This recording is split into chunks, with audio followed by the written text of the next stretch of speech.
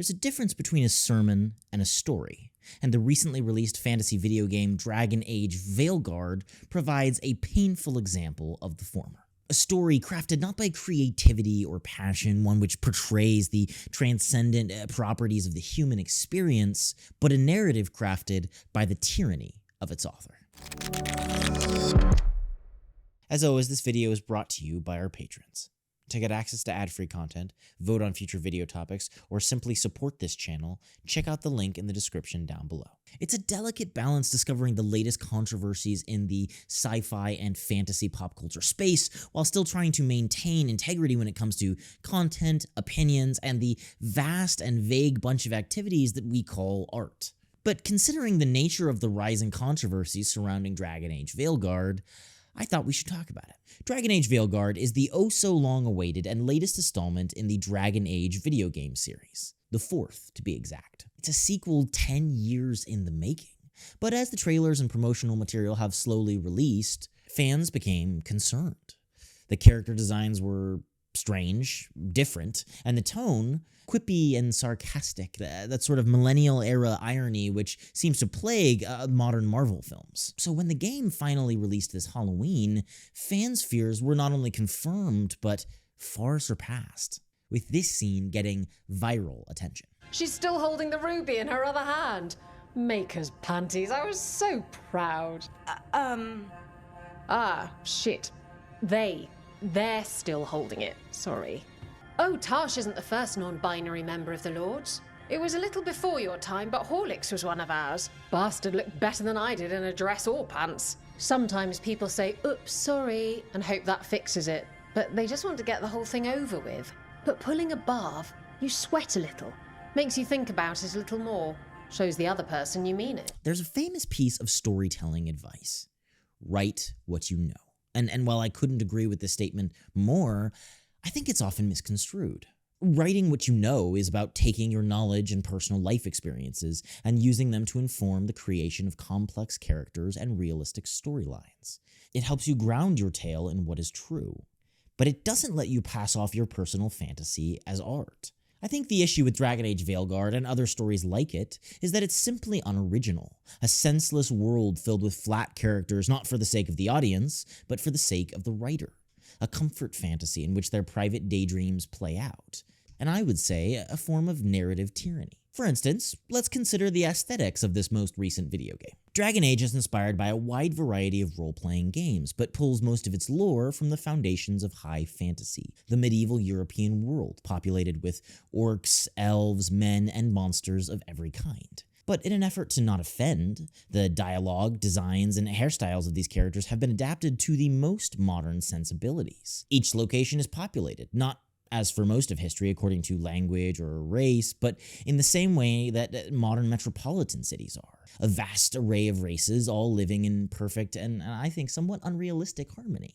It feels more like a world populated by cosplayers, and as a result, shatters the immersion that I think many people come to these video games for. Now, I'm not saying that hairstyles make or break a game. Properties like Arcane manage to have a cast of very diverse characters and somewhat, punk/modern designs and world. But I think the reason this works is that the creators adhere religiously to the story. They focus on creating realistic characters, relationships, and political dynamics. And as a side note, it's also not high fantasy. But as with this push-up scene, it seems like the storytelling of Dragon Age Veilguard was designed around a modern HR list of do's and don'ts. And sadly, when attempting to tell an effective resonant story, this approach doesn't work. Now, I get it. We're talking about 2 minutes of a 70-hour game. What's the big deal? Well, I think this is a symptom of a much more insidious disease. Consider this. A core feature of the Dragon Age games was the ability to bring in old saves from across the previous installments of the franchise, allowing for a unique degree of continuity in the game series. But in Veilguard, that approach has been discarded, boiled down to a mere 3 decisions from the rest of the series. Veilguard wasn't about finding its place in a larger narrative, but about freshly hired creators wiping the slate clean by creating a new world and their own game. It isn't what the fans want, it's what they want. Now, what about the ideologies? Wherever you stand, no one wants ham-fisted messaging. Can you imagine if I wanted to write a story about the positives of religion and included some scene where an atheist takes the name of God in vain and then has to do apologetic push-ups and goes on a rant about the importance of religion in society? Whether true or not, I think it would be unforgivably cringy. And I think the same can be said for this scene. I didn't expect the lords to care about the stuff. Me being non-binary. If it matters to you, it matters to me. And when it comes to trans issues, it's not like murder or slavery where the moral boundaries have been historically well established. At best, it's a hotly debated issue with impassioned defenders on both sides. So the inclusion of things like surgery scars and pronouns in your character creation are simply for show, to stir up controversy and then pretend that critics of such a choice are simply shallow-minded bigots. It's not just bad storytelling, it's attention-grabbing propaganda. Preaching about any topic makes for a bad story. Save it for a sermon, an essay, a documentary. But when it comes to storytelling, what is most important is to stay true to the narrative boundaries already established, whether by yourself as the creator or the franchise into which you have entered.